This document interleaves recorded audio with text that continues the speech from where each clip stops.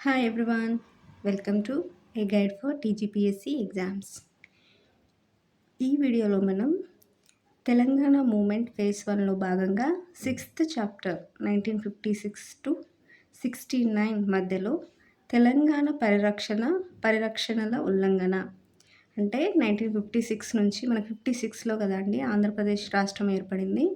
మనకు తెలంగాణ ప్రాంతం ఆంధ్ర రాష్ట్రంతో కలిసి ఆంధ్రప్రదేశ్ రాష్ట్రం ఏర్పడింది 1956లో కాబట్టి ఈ 1956 నుంచి 1969 దాకా మరి 69 ఎందుకు మనకి ఇక్కడ ఎండ్‌గా తీసుకున్నారు అంటే మనకు 1969లోనే తొలి దశ తెలంగాణ మూవ్‌మెంట్ జరిగిందండి. తెలంగాణ ఉద్యమం తొలి దశ తెలంగాణ ఉద్యమం మనకు జరిగింది ఎప్పుడంటే స్టార్ట్ అయింది ఎప్పుడంటే 1969లో. సో ఈ 56 నుంచి 1969 మధ్యలో అసలు ఏం జరిగితే మనకి ఆ తొలి దశ తెలంగాణ ఉద్యమం అనేది స్టార్ట్ అయింది.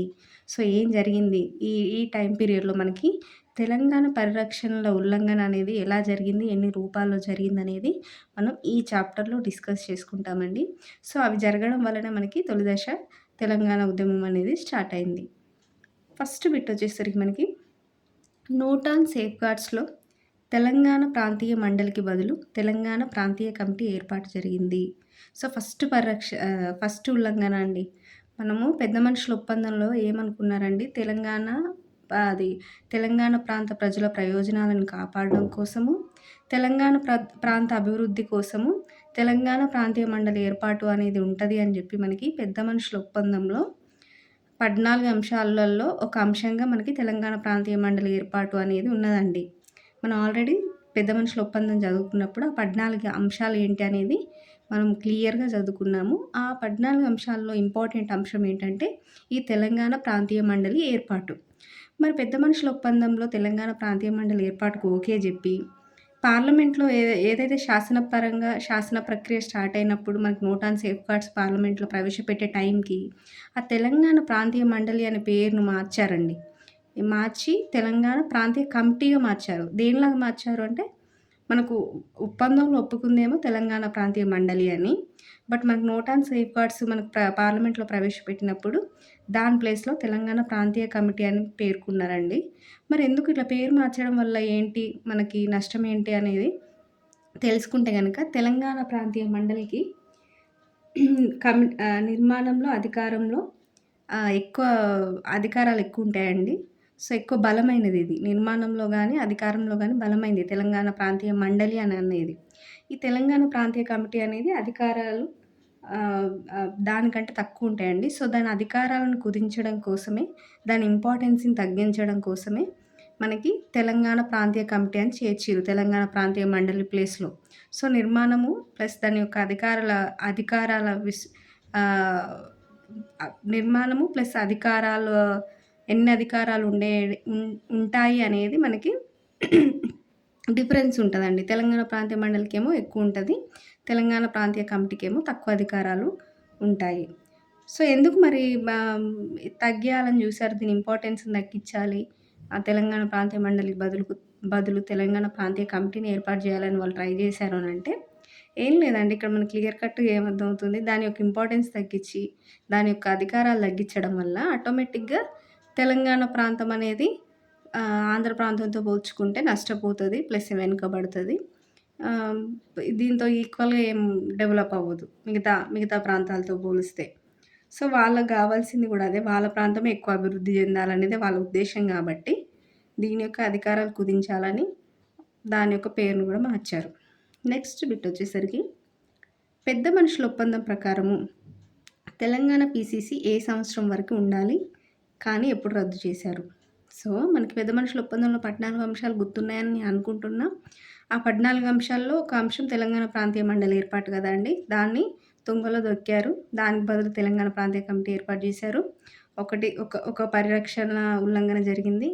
ఇంకొకటేంటంటే మనకి చివరిది 14వది అంశం ఏంటంటే పెద్ద మనుషుల ఒప్పందంలో తెలంగాణ కోసం ప్రత్యేక పీసీసీ అనేది 1962 దాకా ఉండాలి అండి. ఎందుకు 1962 దాకా అంటే మనకి 56లో గదండీ ఆంధ్రప్రదేశ్ ఏర్పడింది. ఆంధ్రప్రదేశ్ ఏర్పడిన వెంటనే తెలంగాణకున్న ప్రత్యేక పీసీసీని క్యాన్సల్ జేయడం వల్ల సో, తెలంగాణ గొంతు అనేది మూగబోవద్దు. ఒక 5 ఇయర్స్ దాకా వెయిట్ చేద్దాము.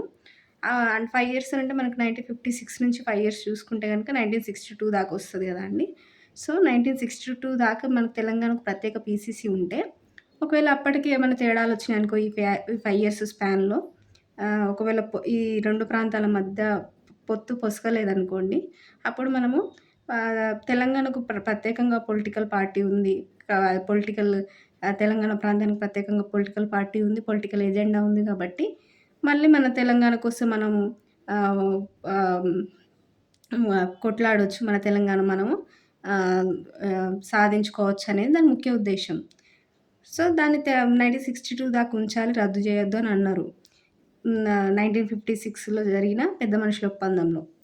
బట్ ఏం చేశారు వీళ్ళు 56లో ఆంధ్రప్రదేశ్ ఏర్పడిన వెంటనే ఆ నెక్స్ట్ ఇయరే అంటే 1957లోనే దీన్ని రద్దు చేశారండి. తెలంగాణకు ప్రత్యేక పీసీసీని వెంటనే నెక్స్ట్ ఇయరే రద్దు చేశారు. సో, 56లో ఏర్పడిన వెంటనే మనకు ఆ నెక్స్ట్ ఇయర్ 1957లో తెలంగాణకు ప్రత్యేక పీసీసీని రద్దు చేశారు. ఎందుకు రద్దు చేశారు? ఇప్పుడు రద్దు చేశారనుకోండి తెలంగాణ గొంతు మూగబోతది. దీనికి పొలిటికల్‌గా తెలంగాణ కోసం, తెలంగాణ అభివృద్ధి కోసం మాట్లాడడానికి పొలిటికల్‌గా ఏ పార్టీ సపోర్ట్ చేయదు.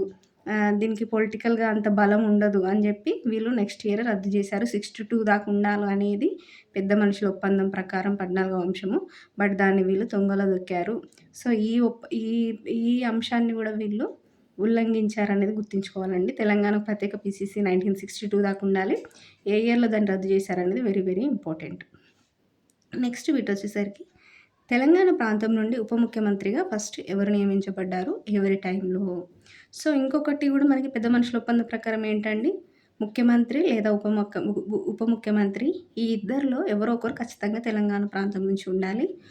ముఖ్యమంత్రి ఒకవేళ తెలంగాణ ప్రాంతం నుంచి ఉంటే ఉప ముఖ్యమంత్రి ఎవరికైనా ఇయ్యొచ్చు ఆంధ్ర ప్రాంతం వారికి. ఒకవేళ ముఖ్యమంత్రి ఆంధ్ర ప్రాంతం వారైతే గనక ఉప ముఖ్యమంత్రి ఖచ్చితంగా తెలంగాణ ప్రాంతం వాళ్ళకివ్వాలనేది మనకి పెద్ద మనుషుల ఒప్పందంలో ఒక అంశం. 14 అంశాల్లో అదే ఒక అంశం. దీన్ని గూడా మనకిక్కడ ఇంప్లిమెంట్ జేయలేదనేది ఇక్కడ గుర్తుంచుకోవాలి. మనం చదివేదే ఆ టాపిక్ గదా అండి. తెలంగాణ తెలంగాణ పరిరక్షణలో ఉల్లంఘన అనేది ఏ విధంగా జరిగిందని. సో, ఈ పెద్ద మనుషుల ఒప్పందంలో ఒప్పుకున్న విషయాలు ఏవి ఇక్కడ మనకి అమలు చేయలేదు, అమలుకు నోచుకోలేదు. కొన్ని అమలు జేసినప్పటికి గూడా వాటిని సాటిస్ఫైడ్‌గా అమలు చేయలేదు. అంటే ఏ రకంగా ఒప్పుకున్నారో ఆ రకంగా అమలు చేయకుండా కావాలని లేట్‌గా అమలు చేయడము, ఆ అమలు చేసింది కూడా కరెక్ట్‌గా అమలు చేయకపోవడము, ఏదో పేరుకి నామకే వాస్తే అమలు చేయడం ఇలాంటివి జరిగినాయన్నమాట. సో, అందులోనే మనకి ఫస్ట్ తెలంగాణ ప్రాంతం నుంచి ఉప ముఖ్యమంత్రి ఎవరైనా నియమించబడ్డారంటే కేవీ రంగారెడ్డి అండి. సో, ఏ ఇయర్‌లో మరి నియమించబడ్డారు అంటే 1959 దామోదరం సంజీవయ్య టైంలో ఈయన ఉప ముఖ్యమంత్రిగా నియమించబడ్డాడు తెలంగాణ ప్రాంతం నుంచి. సో, ఎవరి టైంలో అండి? దామోదర సంజీవయ్య సీఎంగా ఉన్న టైంలో. ఏ ఇయర్ అంటే 1959. సో, అప్పటిదాకా మనకి తెలంగాణ ప్రాంతం నుంచి ఉప ముఖ్యమంత్రిగా ఎవరు లేరు. మనకి 56లో ఏర్పడినప్పుడు అప్పుడే ఇయ్యొచ్చు గదండీ ఉప ముఖ్యమంత్రి పదవి. కానీ అప్పుడు ఇవ్వకుండా 1959లో ఇచ్చి ఉన్నారు. లేట్‌గా ఇచ్చినారనేది గుర్తుంచుకోవాలి. ఎవరికిచ్చినారనేది very very important. KV Rangareddy. Next బిటొచ్చేసరికి ఉద్యమ సమయంలో అంటే 1969లో మనకి తొలి దశ తెలంగాణ ఉద్యమం జరిగింది గదండీ! సో, ఈ టైంలో ఉప ముఖ్యమంత్రి అంటే సెకండ్ ఉప ముఖ్యమంత్రిగా ఎవరు నియమించబడ్డారు అంటే జేవి నరసింహారావు అండి. ఈయన ఒక సమైక్యవాది. తెలంగాణ ప్రాంతం వాడే గానీ ఈయన సమైక్యంగా ఉండాలని కోరుకునేవాడు. అంటే ఆంధ్ర ప్రాంతంతో కలిసి ఉందామని కోరుకునే వ్యక్తి అన్నమాట ఈయన. తెలంగాణ ప్రాంతం వాడైనప్పటికీ గూడా ఈయన సమైక్యవాది అని గుర్తుంచుకోవాలి. ఎవరు? జేవి నరసింహారావు. సో, ఈయన మనకి ఏ టైంలో తెలంగాణ ప్రాంతం నుంచి ఎన్నుకోబడిన రెండవ ఉప ముఖ్యమంత్రి అంటే 1969 తొలి దశ తెలంగాణ ఉద్యమంలో భాగంగా ఆ టైంలో మనకి ఈయన ఉప ముఖ్యమంత్రిగా నియమించబడ్డాడండి. ఈయన రెండవ తెలంగాణ ప్రాంత ఉప ముఖ్యమంత్రి అని గుర్తుంచుకోవాలి. సరే ఇద్దరు ఉప ముఖ్యమంత్రులు నియమించబడ్డారు. మొదటివారు KV Rangareddy very very important 1959లో. నెక్స్ట్ 1969లో జేవి నరసింహారావు రెండవ ఉప ముఖ్యమంత్రి. మరి ముఖ్యమంత్రి పదవి ఎప్పుడిచ్చారు? తెలంగాణ ప్రాంత శాసనసభ్యులకి ముఖ్యమంత్రి పదవి ఎప్పుడిచ్చారు అనంటే నెక్స్ట్ బిట్ వచ్చేసరికి తెలంగాణ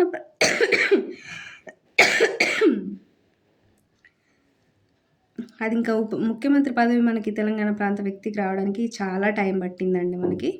సో, ఆల్మోస్ట్ మనకి ఒక 10, 15 ఇయర్స్ పట్టింది. తెలంగాణ ప్రాంత వ్యక్తికి ముఖ్యమంత్రి పదవి రావడానికి చాలా లేట్ అయింది. ఎందుకు లేట్ జేసినారంటే కావాలనే. సో, నెక్స్ట్ బిట్ వచ్చేసరికి తెలంగాణ ప్రాంతం కరీంనగర్‌కి చెందిన ఎవరు మహారాష్ట్రకి మొదటి ముఖ్యమంత్రి అయ్యారు? సో, తెలంగాణ ప్రాంతంలోని కరీంనగర్‌కి చెందిన ఎవరు మహారాష్ట్రకి మొదటి ముఖ్యమంత్రి అయ్యారంటే కన్నంవార్ అండి. సో, ఇక్కడ మీరేం గుర్తుంచుకోవాలంటే కన్నంవార్ అనే వ్యక్తి తెలంగాణ వ్యక్తి. ఓకే. కానీ ఏ రాష్ట్రానికి మొదటి ముఖ్యమంత్రి అయ్యారు? మహారాష్ట్రకి. తెలంగాణ ప్రాంతం వాడైనా, తెలంగాణ ప్రాంతంలోని కరీంనగర్‌కి చెందినటువంటి వ్యక్తి అయినా, పొరుగు రాష్ట్రమైన మహారాష్ట్రకైనా మొదటి ముఖ్యమంత్రి అయ్యగలిగాడు గానీ, మన ప్రాంతం వ్యక్తి మన రాష్ట్రానికి ముఖ్యమంత్రి కావడానికి లేట్ అయింది అనేది ఇక్కడ మనం గుర్తుంచుకోవాలి. సో, తెలంగాణ ప్రాంతం వాడైన కన్నంవారు ఎక్కడో పక్కనున్న పొరుగు రాష్ట్రానికి తొలి ముఖ్యమంత్రి అయ్యారు గానీ, తెలంగాణ ప్రాంతం నుంచి ఉన్న వ్యక్తి ఆంధ్రప్రదేశ్ రాష్ట్రానికి ముఖ్యమంత్రి కావడానికి చాలా టైం పట్టింది. అదయినంక గూడా ఆయనను తొలగించడానికి ఎన్నో కుట్రలు, కుతంత్రాలు జరిగినాయి. అంటే తెలంగాణ ప్రాంత ప్రతినిధులకు ముఖ్యమంత్రి పదవి అధికారము అంటగట్టడం అనేది ఏ విధంగా గూడా ఆంధ్ర ప్రాంత నాయకులకి ఇష్టం లేదు. మొత్తం పెత్తనం వాళ్ళ చేతిలోనే ఉండాలి. వాళ్ళకి నచ్చినట్టే జరగాలి అని జెప్పి వాళ్ళు ఫస్ట్ నుంచి మనకి తెలంగాణ ప్రాంత వ్యక్తికి ముఖ్యమంత్రి పదవి ఇవ్వడం వాళ్ళకి ఫస్ట్ నుంచే ఇష్టం లేదనేది ఇక్కడ గుర్తుంచుకోవాలి. నెక్స్ట్ బిట్ వచ్చేసరికి తెలంగాణ ప్రాంత మొట్టమొదటి ముఖ్యమంత్రి ఎవరు? సో, ఇద్దరు ఉప ముఖ్యమంత్రులు చూసినామండి తెలంగాణ ప్రాంతం నుంచి. అంటే 1956 నుంచి 69 మధ్య. మరి 1956 నుంచి 69 మధ్య తెలంగాణ పరిరక్షణ ఉల్లంఘన చూస్తున్నాం.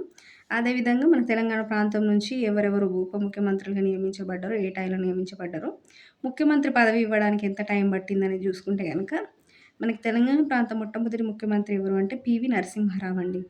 మనకు తెలంగాణ ప్రాంత మొట్టమొదటి ముఖ్యమంత్రి ఎవరండి? PV Narasimharao. Very, very important గుర్తుంచుకోవాలండి. ఈయన తెలంగాణ ప్రాంతం నుంచి ఆంధ్రప్రదేశ్ రాష్ట్రానికి ఎన్నికైనటువంటి మొట్టమొదటి ముఖ్యమంత్రే గాకుండా మొత్తం సౌత్ ఇండియా నుంచే మనకి భారతదేశానికి నియమించబడినటువంటి ప్రధానమంత్రి గూడా ఫస్ట్ ప్రధానమంత్రి. అంటే సౌత్ ఇండియా నుంచి ఫస్ట్ ప్రధానమంత్రి భారతదేశానికి ఎవరు అంటే పివి నరసింహారావు అండి. ఈయన గొప్పతనం first prime minister of South India. అంతేగాకుండా మనకి తెలంగాణ ప్రాంతం నుంచి ఎన్నికైనటువంటి మొట్టమొదటి ముఖ్యమంత్రి ఎవరు? పివి నరసింహారావు. మరి ఈయన ఎప్పుడు ముఖ్యమంత్రిగా నియమించబడ్డాడంటే 1971 సెప్టెంబర్ 30న ఈయన నియమించబడ్డాడండి. అనేక నాటకీయ పరిణామాల తర్వాత తెలంగాణ తొలిదశ ఉద్యమం ఊపందుకున్న తర్వాత తెలంగాణ ప్రాంత ప్రజల ఆగ్రహాన్ని చల్లార్చడానికి లేదా వాళ్ళని కొంచెం కూల్ చేయడానికి మాత్రమే అప్పుడు ఈయనకు ముఖ్యమంత్రి పదవి ఇచ్చినారు. కానీ అప్పటిదాకా కూడా ముఖ్యమంత్రి పదవి అనే మాటను మనకి తెలంగాణ ప్రాంత ప్రతినిధులకు దూరం చేశారండి కావాలని. సో, అది మీరు ఇక్కడ బాగా గుర్తుంచుకోవాలి. 1971 అంటే కూడా ఈయన దగ్గర కాదు కదండీ. 1956లో మనకి ఆంధ్రప్రదేశ్ రాష్ట్రం ఏర్పడితే 1971 అంటే ఆల్మోస్ట్ మనకి 15 ఇయర్స్ అండి. 15 సంవత్సరాల తర్వాత ఇచ్చారు పివి నరసింహారావుకి. అది కూడా అంత ఈజీగా రాలేదది. ఎన్నో ఎన్నో ఉద్యమాలు, ఎన్నో బలిదానాలు, తొలిదశ తెలంగాణ ఉద్యమంలో ఎన్నో నాటకీయ పరిణామాలు జరిగిన తర్వాత మాత్రమే ఈయనకు ఏదో నామకే వాస్త ముఖ్యమంత్రి పదవి ఇచ్చినారు. అది 1971లో అనేది గుర్తుంచుకోవాలి. సో, నెక్స్ట్ బిట్ 7th అండి. రాష్ట్రాల పునర్వ్యవస్థీకరణ చట్టంలోని ఏ సెక్షన్స్ 1956 ముందు చేపట్టి ఉన్న ప్రాజెక్టులని విధిగా పూర్తి చేయాలని సూచించింది? అంటే ఇప్పుడు మనకేంటంటే మనకి రాష్ట్రాల వ్యవస్థీకరణ చట్టంలో కొన్ని సెక్షన్స్‌ని పొందుపరిచారండి. ఎందుకు అనంటే ఇప్పుడు తెలంగాణ ప్రాంతం ఆంధ్ర రాష్ట్రంతో కలిసి ఆంధ్రప్రదేశ్ ఏర్పడిన తర్వాత అంటే 1956లో కదండీ ఏర్పడింది. ఏర్పడిన తర్వాత 56 తర్వాత ఒకవేళ 1956 కంటే ముందే మనకు తెలంగాణ ప్రాంతంలో తెలంగాణ ప్రాంత అభివృద్ధి కోసం ఏవైతే ప్రాజెక్టులు చేపట్టినారో ఆ చేపట్టిన ప్రాజెక్టులని ఆంధ్రప్రదేశ్ రాష్ట్రం ఏర్పడిన తర్వాత వాటిని నిర్లక్ష్యం చేయకూడదు. సో, ఏవైతే 1956 ముందు తెలంగాణ ప్రాంతంలో చేపట్టిన ప్రాజెక్టులున్నాయో, ఆ ప్రాజెక్టులు ఇప్పుడు కొత్త రాష్ట్రం ఏర్పడిన తర్వాత వాటిని నిర్లక్ష్యం చేయకూడదు. వాటిని ఖచ్చితంగా పూర్తి చేయాలి అని కొన్ని సెక్షన్స్‌ని మనకి ఈ రాష్ట్రాల పునర్వ్యవస్థీకరణ చట్టంలో పొందుపరిచారండి. అవి ఏ సెక్షన్స్ అనంటే సెక్షన్ 107, సెక్షన్ 108లో 1, 2 అండి. సో, ఈ 2 సెక్షన్స్‌లో మనకి ఈ రాష్ట్రాల పునర్వ్యవస్థీకరణ చట్టంలో ఈ 2 సెక్షన్స్‌ని మనకి పొందుపరిచారు. దేనికోసమంటే 1956 ముందు ఏవైతే ప్రాజెక్టులు చేపట్టిరో అవి ఇప్పుడు కొత్త రాష్ట్రం ఏర్పడిన తర్వాత వాటిని నిర్లక్ష్యం చేయొద్దు. ఖచ్చితంగా వాటిని పూర్తి చేయాలని సూచించడం కోసమే ఈ 2 సెక్షన్‌లను పొందుపరిచారు. నెక్స్ట్ బిట్ వచ్చేసరికి ఏపీ, కర్ణాటక, మహారాష్ట్ర మధ్య కృష్ణా నది జలాల పంపిణీకి బచావత్ ట్రిబ్యునల్ ఎప్పుడు ఏర్పాటు చేసింది? సో, ఇప్పుడు ఆంధ్రప్రదేశ్ అంటే తెలంగాణ ప్రాంతం ప్లస్ ఆంధ్ర రాష్ట్రం కలిసి ఆంధ్రప్రదేశ్ కదండీ! ఇప్పుడు ఒక కొత్త రాష్ట్రం ఏర్పడింది. అంతేకాకుండా మనకి కర్ణాటక, మహారాష్ట్రలో కూడా మనకి కృష్ణా నది అనేది కృష్ణా నది యొక్క పరివాహక ప్రాంతం ఉందండి. ఈ 3 స్టేట్స్‌లో ఆంధ్రప్రదేశ్, కర్ణాటక, మహారాష్ట్ర ఈ 3 స్టేట్స్‌లో కృష్ణా నది యొక్క పరివాహక ప్రాంతం ఉంది కాబట్టి, ఈ కృష్ణా నదిని ఈ 3 స్టేట్స్ మధ్య కృష్ణా నది జలాలను పంపిణీ చేయడం కోసం ఈ 3 స్టేట్స్ మధ్య ఏ స్టేట్‌కి ఎంత వాటా రావాలని ఈ కృష్ణా నది జలాల యొక్క పంపిణీ గురించి బచావత్ ట్రిబ్యునల్‌ని ఎప్పుడు ఏర్పాటు చేసింది అంటే 1969 ఏప్రిల్ 10 అండి. Very very important. సో, మనకి కృష్ణా నది జలాల పంపిణీకి ఏర్పాటు చేసిన ట్రిబ్యునల్ ఏంటి అంటే బచావత్ ట్రిబ్యునల్ అండి. ఈ పేరు ఖచ్చితంగా గుర్తుంచుకోవాలి. ఏ నది జలాల పంపిణీకి అంటే కృష్ణా నది జలాల పంపిణీకి అండి. ఏ ట్రిబ్యునల్ అంటే బచావత్ ట్రిబ్యునల్. ఎప్పుడు ఏర్పాటు చేసింది అంటే 1969 ఏప్రిల్ 10 అండి. Year very very important. 1969లో అంటే మనకి తొలి దశ తెలంగాణ ఉద్యమం స్టార్ట్ అయ్యేటప్పుడే మనకి ఈ బచావత్ ట్రిబ్యునల్ అనేది ఏర్పాటు జరిగిందనేది గుర్తుంచుకోవాలి. నెక్స్ట్ బిట్ వచ్చేసరికి బచావత్ ట్రిబ్యునల్ తీర్పు ప్రకారము టోటల్ ఏపీకి చెందిన వాటా మరియు తెలంగాణ ప్రాంతానికి చెందిన వాటా ఎంత? సో, బచావత్ ట్రిబ్యునల్‌ని 1969లో ఏర్పాటు చేసిన తర్వాత మనకి బచావత్ ట్రిబ్యునల్ తీర్పు ఇచ్చిందండి. సో, మొత్తం ఏపీకి ఎంత వాటా ఇవ్వాలి కృష్ణా నది జలాల పంపిణీలో, ఆ ఇచ్చిన దాంట్లో మళ్ళా తెలంగాణకి డివైడ్ చేయాలి కదండీ! ఏపీకి ఇచ్చిన దాంట్లో. సో, ఆ టోటల్ ఏపీకి ఎంత ఇచ్చింది, ఆ ఇచ్చిన దాంట్లో మనకి తెలంగాణ ప్రాంతానికి ఎంత వచ్చిందనేది చూసుకుంటే గనక టోటల్ మనకి 811 టీఎంసీలు ఇచ్చిందండి ఏపీకి. ఏది బచావత్ ట్రిబ్యునల్ 811 టీఎంసీలు అలాట్ చేస్తే, ఆ 811 టీఎంసీలలో మనకి 277.86 టీఎంసీలు హాఫ్ కూడా కాదండి. హాఫ్ కంటే చాలా తక్కువ. 811 టీఎంసీలు ఇస్తే అందులో 277 టీఎంసీలు ఆల్మోస్ట్ 277 టీఎంసీలు తెలంగాణ ప్రాంతానికి కేటాయించింది. సో, మొత్తం 811 ఇచ్చారు ఆంధ్రప్రదేశ్‌కి, ఉమ్మడి ఆంధ్రప్రదేశ్‌కి. దాంట్లో మనకి 277 తెలంగాణ ప్రాంతానికి ఇచ్చారనేది గుర్తుంచుకోవాలి. మరి ఇది టోటల్ అలాట్ చేసిన టీఎంసీలలో ఎంత పర్సెంటేజ్ ఈ 277 టీఎంసీలు అంటే 34.26% అండి. అంటే 34% మాత్రమే అని గుర్తుంచుకోవాలి. సో, మొత్తం 100%లో ఆల్మోస్ట్ మనకి 65% ఆంధ్ర ప్రాంతానికి తీసుకొని జస్ట్ ఒక 34% మాత్రమే తెలంగాణ ప్రాంతానికి ఇచ్చారనేది ఇక్కడ గుర్తుంచుకోవాల్సిన విషయము. నెక్స్ట్ బిట్ వచ్చేసరికి గోదావరి పరివాహక ప్రాంతంలో కృష్ణా నది పరివాహక ప్రాంతంలో తెలంగాణ వాటా ఎంత? సో, ఇక్కడ ఇంకా గుర్తుంచుకోవాల్సిన విషయం ఏంటంటే ఇప్పుడు ఇవన్నీ మనం ఎందుకు చదువుతున్నాము? ఫస్ట్ ఆఫ్ ఆల్ ఈ సెక్షన్స్ రాష్ట్రాల పునర్వ్యవస్థీకరణ చట్టంలోని సెక్షన్స్ లేదా మనకి కృష్ణా నది జలాల పంపిణీ, బచావత్ ట్రిబ్యునల్ తీర్పు ఇవన్నీ ఎందుకు చదువుతున్నామంటే, సో, ఎన్ని విధాలుగా, ఎన్ని రకాలుగా మనకి మనకి తెలంగాణ పరిరక్షణలో ఉల్లంఘన అనేది జరిగింది. అంటే ఓన్లీ మనకి పెద్ద మనుషుల ఒప్పందంలోని అంశాలను ఉల్లంఘించడమే కాకుండా, మనకి తెలంగాణకి న్యాయంగా దక్కాల్సిన వాటా విషయంలో, నది జలాల విషయంలో గానీ, లేకపోతే ఇతర పంపిణీ విషయాల్లో గూడా మనకి తెలంగాణకి న్యాయంగా దక్కాల్సిన వాటా దక్కలేదు. సో, అన్ని రకాలుగా తెలంగాణ ప్రాంతం అనేది నష్టపోయిందనే విషయాన్ని మనం ఇక్కడ గుర్తుంచుకోవాలి కాబట్టి, ఎన్ని రకాలుగా మనకి నష్టపోయిందనే విషయాన్ని మనము ఇక్కడ డిస్కస్ చేస్తున్నామండి. సో, కృష్ణా నది జలాల పంపిణీ విషయంలో ఈ విధంగా ఉంటే, మరి గోదావరి చూసుకుంటే గనక గోదావరి పరివాహక ప్రాంతంలో కృష్ణానది పరివాహక ప్రాంతంలో తెలంగాణ వాటా ఎంత అంటే, గోదావరి పరివాహక ప్రాంతం మనకు మొత్తం ఆంధ్రప్రదేశ్‌లో తెలంగాణ ప్రాంత వాటా 79% అండి.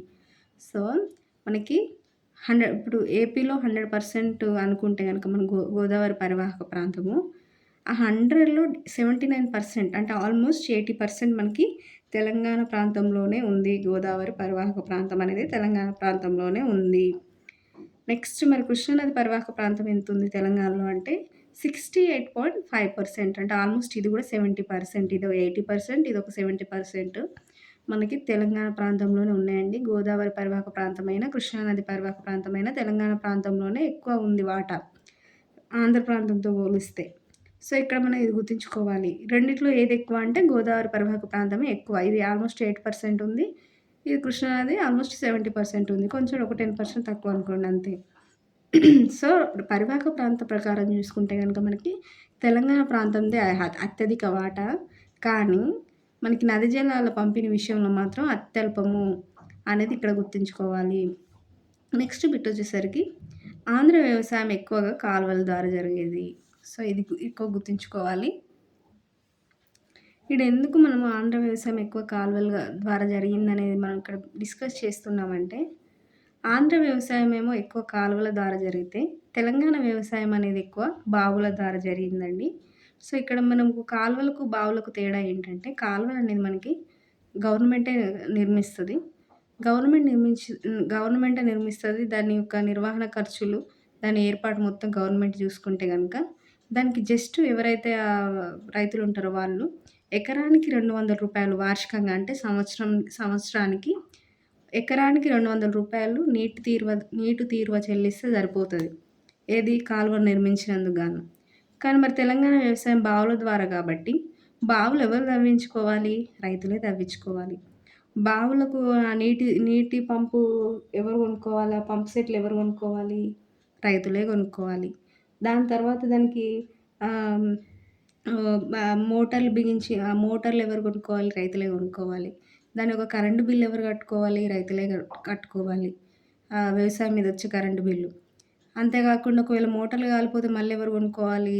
రైతులే కొనుక్కోవాలి. సో, కాలువలతో చేసే వ్యవసాయం కంటే, బావులతో చేసే వ్యవసాయం అనేది అధిక ఖర్చుతో, అధిక వ్యయంతో కూడుకున్న, అధిక శ్రమతో కూడుకున్న వ్యవసాయం అండి. దీని ద్వారా అధిక ఖర్చు పొందడం వల్ల, అధిక ఖర్చు అవ్వడం వల్ల తెలంగాణ ప్రాంతంలో వ్యవసాయం అనేది కుంటుపడింది. అంతేకాకుండా తెలంగాణ రైతులనేవాళ్ళు అప్పుల పాలైపోయినారండి. అంటే వచ్చే ఆదాయం కంటే ఖర్చు ఎక్కువ అవ్వడం వల్ల వీళ్ళు ఎక్కువ అధిక వడ్డీలకు అప్పులు తీసుకొని అప్పుల పాలైపోయి చాలామంది తెలంగాణ ప్రాంత రైతులు ఆత్మహత్యలు చేసుకున్నారు. ఆత్మహత్యలు చేసుకున్నారు. అంతేకాకుండా తెలంగాణ వ్యవసాయం గూడా కుంటుపడిపోయింది అనేది ఇక్కడ గుర్తుంచుకోవాల్సిన విషయము. అదే సమయంలో మనకు ఆంధ్ర వ్యవసాయం ఎట్లుందండి? మంచిగా కాలువల ద్వారా తక్కువ ఖర్చుతో ఎక్కువ దిగుబడి. అదేవిధంగా వాళ్ళకి నిరంతరంగా నీటిపారుదల సౌకర్యం అనేది ఎక్కువగా ఉంది. తెలంగాణ ప్రాంతం కంటే నీటిపారుదల సౌకర్యం ఎక్కువ ఉండడం వల్ల వాళ్ళకి వ్యవసాయం అభివృద్ధి చెందింది. అదేవిధంగా వాళ్ళకి ఆదాయం పెరిగింది వ్యవసాయం నుంచి ఖర్చుతో పోలిస్తే. సో, అక్కడ వ్యవసాయ అభివృద్ధి చెందితే మనకు తెలంగాణ ప్రాంతంలో వ్యవసాయం కుంటుపడి దాంతో పాటు ప్రజలు లేదా రైతులు ఆత్మహత్యలకు పాల్పడే దుస్థితికి చేరుకున్నారు. ఇక్కడ మనకు తెలంగాణ ప్రాంతంలో కాలువల సదుపాయం కలిగించలేదు.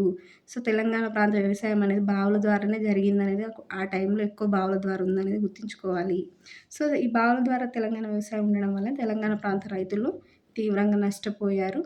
అన్ని విధాలుగా అనేది ఇక్కడ గుర్తుంచుకోవాలి. సో, గవర్నమెంట్ ఎవరికి ఎక్కువ ఫెసిలిటీస్ కల్పించిందండి? ఆంధ్ర ప్రాంత వ్యవసాయానికి ఎక్కువ ఫెసిలిటీస్ కల్పించింది. రుణ సౌకర్యాలు గానీ, లేకపోతే ఏదైనా సామాగ్రి సౌకర్యాలు గానీ, ఎరువుల సౌకర్యం గానీ, పెస్టిసైడ్ సౌకర్యం గానీ, ఇలా ఏ రకంగా చూసుకున్నా ఎక్కువ మనకి ఆంధ్ర ప్రాంత రైతులకు, ఆంధ్ర ప్రాంత వ్యవసాయాన్ని ప్రోత్సహించింది గానీ, తెలంగాణ ప్రాంత వ్యవసాయాన్ని నిర్లక్ష్యం చేసింది. తెలంగాణ ప్రాంత రైతులను దోపిడీ చేసింది. తెలంగాణ ప్రాంత రైతులకు అన్యాయం చేసింది. దాని ద్వారా వీళ్ళు బయట నుంచి అప్పులు తెచ్చుకొని అధిక వడ్డీలకు వడ్డీలు తీర్చలేక అప్పుల పాలై చనిపోయినారు. చాలామంది ఆత్మహత్య చేసుకొని. వ్యవసాయం అంటేనే అదొక చాలా ఖర్చుతో కూడుకున్న ఇదని చాలామంది వ్యవసాయం వదిలి దినసరి కూలీలుగా మారిరండి. భూములున్నా సరే భూములన్నీ ఎండిపోయి, నీటి పారుదల అనేది లేక, నీటి సౌకర్యం లేక దినసరి కూలీలుగా మారి చాలామంది పొట్ట చేత పట్టుకొని విదేశాలకు కువైటు, బొంబాయి ఇట్లా బతకడానికి పోయినారండి. సో, ఇట్లా అనేక రకాలుగా మనకి తెలంగాణ వ్యవసాయం అనేది వెనుకబడిపోయింది. తెలంగాణ రైతులనేవాళ్ళు నష్టపోయారనేది ఇక్కడ గుర్తుంచుకోవాల్సిన విషయం. నెక్స్ట్ బిట్ వచ్చేసరికి తెలంగాణలో నిర్మించిన కాలువలు. సో, మనకి తెలంగాణ 1904లో మనకు మంజీరా నదిపై మెదక్ జిల్లాలో మంజీరా నదిపై మనకి గన్పూర్ ఆనకట్ట 1904లో నిర్మించబడిందండి. సో, అప్పుడు ఆ టైంకి మనకు తెలంగాణ ప్రాంతంలో ఉన్న కాలువలు ఏంటి అని చూసుకుంటే గనక ముఖ్యంగా 2 ఉన్నాయండి. ఏంటి ఆ 2 అంటే ఒకటి గన్పూర్ ఆనకట్ట, ఇంకోటి మనం నెక్స్ట్ బిట్‌లో డిస్కస్ చేస్తాం. ఈ గన్పూర్ ఆనకట్ట అనేది ఎక్కడ నిర్మించారంటే మెదక్ జిల్లాలో మంజీరా నదిపై. ఏ ఇయర్ అంటే 1904 అండి. అంటే ఇదేదో ఆంధ్రప్రదేశ్ రాష్ట్రం ఏర్పడిన తర్వాత నిర్మించింది కాదు. ఎప్పుడో నిజాం టైంలో 1904లో నిర్మించిన ఆనకట్ట అని గుర్తుంచుకోవాలి. ఏది గన్పూర్ ఆనకట్ట. సో, దీనికి ఎడమవైపు, కుడివైపు కాలువలు చూసుకుంటే గనక ఎడమవైపు కాలువలను ఫతేనహర్ కాలువ అంటారు. కుడివైపు కాలువను మహబూబ్ నహర్ కాలువ అంటారు. సో, ఈ కాలువలు కూడా ఇంపార్టెంట్ అండి. ఎడమవైపు కాలువను ఏమంటారు, కుడివైపు కాలువను ఏమంటారు ఇంపార్టెంట్. మళ్ళీ అంతేకాకుండా గన్పూర్ ఆనకట్ట ఏ ఇయర్‌లో నిర్మించబడింది, ఏ నదిపై ఏ ఏ డిస్ట్రిక్ట్‌లో ఉంది అనేది కూడా వెరీ వెరీ ఇంపార్టెంట్ అండి. సో, ఈ 2 కాలువలు కలిసి మనకి 17,000 ఎకరాల ఆయకట్టుకు నీరందించేవనేది గుర్తుంచుకోవాలి. ఈ ఈ గన్పూర్ ఆనకట్ట యొక్క ఫతేనహర్ కాలువ ప్లస్ మహబూబ్ నహర్ కాలువ 17,000 ఎకరాల ఆయకట్టుకు నీరందించేవి. సో, ఇది ప్రముఖమైన కాలువ. అది ఏ టైంలో నిర్మించబడిందంటే నిజాం కాలంలో నిర్మించబడిందనేది గుర్తుంచుకోవాలి. నెక్స్ట్ బిట్ వచ్చేసరికి 1910లో ఈ 1904లో మన గన్పూర్ ఆనకట్ట కదండీ. తర్వాత 1910లో ఇది కూడా నిజాం టైంలోనే మూసీ నదిపై కూడా ఒక కాలువ నిర్మించారండి. ఎక్కడ నిర్మించారు మూసీ నదిపై అంటే వలికొండ సమీపంలో మనకి మూసీ నది పైన కాలువ నిర్మించిర్రు నిజాంలు. ఇది మనకి ఆసిఫ్ నగర్ కత్వా నుంచి పానగల్ చెరువు దాకా, నల్గొండలోని పానగల్ చెరువు దాకా ఈ కాలువ ఉందండి. ఎక్కడి నుంచి ఆసిఫ్ నగర్ కత్వా నుంచి నల్గొండలోని పానగల్ చెరువు దాకా ఈ కాలువ అనేది ఉన్నది అనేది గుర్తుంచుకోవాలి. ఈ 2 కాలువలు వెరీ వెరీ ఇంపార్టెంట్ అండి. ఇవి 2 కూడా మనకి నిజాం కాలంలోనే నిర్మించినటువంటి కాలువలు. సో, ఈ 2 కాలువల ద్వారా చాలా వరకి మనకి వ్యవసాయం జరిగేది అనేది గుర్తుంచుకోవాలి. ఈ 2 కాలువలు మనకు ఆంధ్రప్రదేశ్ రాష్ట్రం ఏర్పడిన తర్వాత నిర్మించినవి కాదు. నిజాం కాలంలో 1904లోనేమో గన్పూర్ ఆనకట్ట, 1910లోనేమో మూసీ నదిపై కాలువ నిర్మించారనేది ఇక్కడ గుర్తుంచుకోవాల్సిన విషయం. సో, ఇక్కడికి మనము ఈ వీడియోలో 13 బిట్స్ దాకా కవర్ చేసామండి. మిగతా బిట్స్ మనం నెక్స్ట్ వీడియోలో కవర్ చేస్తాం. Thank you.